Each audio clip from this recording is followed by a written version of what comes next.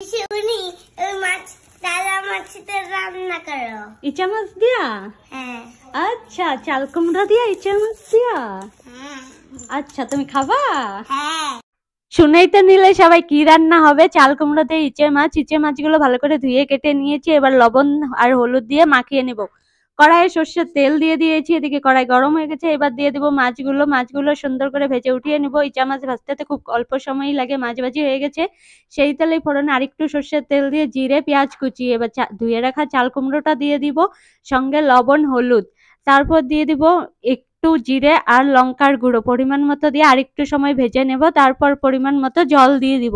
বেশি একটা জল দিব না, আজকে অল্পই ঝোল দিব তরকারিতে, কারণ মাখা মাখা ঝোল করব, তাহলে খেতে খুবই ভালো লাগবে। এবার জাল হবে 15 মিনিটের মতো। তারপর ইচা মাছগুলো দিয়ে আরো 5-10 মিনিট জাল দিয়ে নামিয়ে নিলেই কিন্তু হয়ে যাবে রান্নাটা। আর কিচ্ছুই দিতে হবে না। এভাবে খেতে কিন্তু চাল কুমড়ো দিয়ে ইচা মাছ খুবই টেস্টি।